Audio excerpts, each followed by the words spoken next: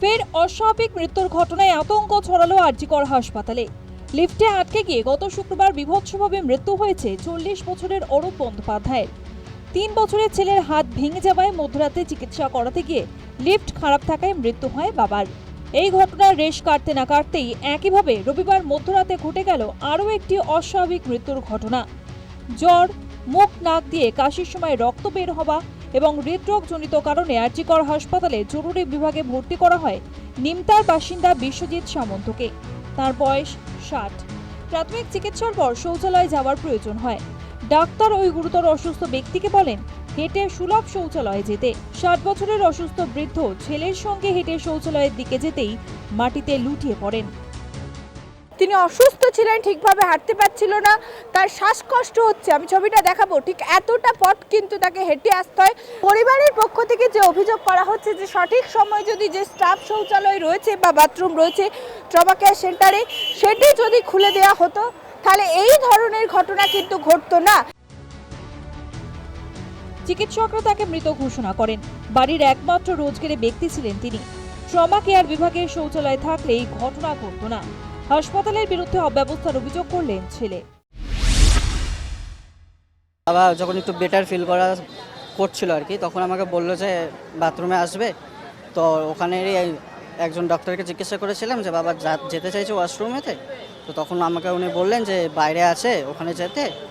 তো এখানে আসার পর উপরে যখন বাবাকে নিয়ে গেছিলাম, যেহেতু ফার্স্ট ফ্লোরে ছেলেদের আছে, তো ওপরে যাওয়ার পর বাবা কোল্যাপস করে গেছিলো আমার ওপরে, যেহেতু আমি ছাড়িনি, বাবাকে ধরে রেখেছিলাম। তো তারপরেই সাথে সাথে ট্রলিতে করে নিয়ে গিয়ে ওইখানে না, বাবা তখন বলছিল যে হাঁটতে পারবে। তো তখন আর কিছু বলিনি, যেহেতু বাবা নিজেই বলছিল বেটার ফিল করছে আর কি। অক্সিজেন দেওয়া হয়েছে। সেই অবস্থাতেই পেশেন্টকে বললো বাইরে নিয়ে যেতে।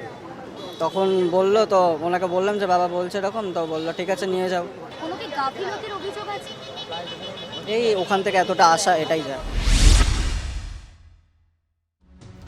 ট্রমা কেয়ার বিভাগের জায়গা কম থাকায় রোগীদের শৌচালয়ের ব্যবস্থা নেই। শুধুমাত্র পুরুষ মহিলা স্টাফেদের জন্য একটাই শৌচালয় আছে।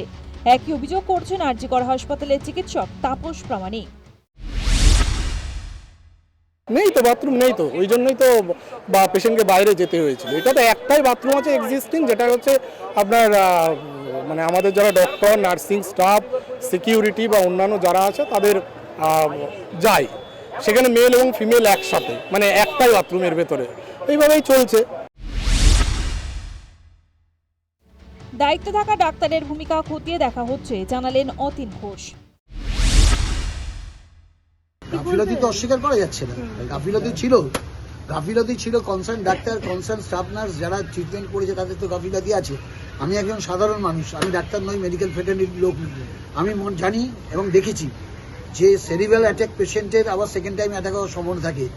সেই পেশেন্ট কেন বাইরে টয়লেটে গেল? এবার আমি এতক্ষণ প্রিন্সিপালের কাছে এটাই জানতে চেয়েছিলাম।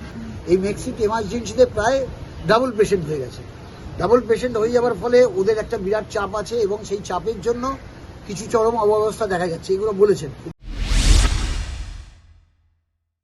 প্রশ্ন উঠছে, ট্রমা কেয়ারে থাকা হৃদরোগের রোগীকে কেন দূরের টয়লেটে যাওয়ার কথা বলা হলো?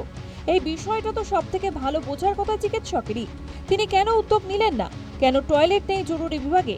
গাফিলতিতে একটা মৃত্যুর ঘটনার পরও কি আরো মৃত্যু ঘটতেই থাকবে? কবে সচেতন হবে হাসপাতাল কর্তৃপক্ষ? কেন স্টাফ বাথরুম খুলে দেওয়া হলো না? কেন তার বাবার চিকিৎসা করাতে আসলে এই পরিণতি হলো? এমনটাই কিন্তু প্রশ্ন করছেন মৃতের ছেলে। ক্যামেরায় তাপসের সঙ্গে report, news time Bangla, Kolkata.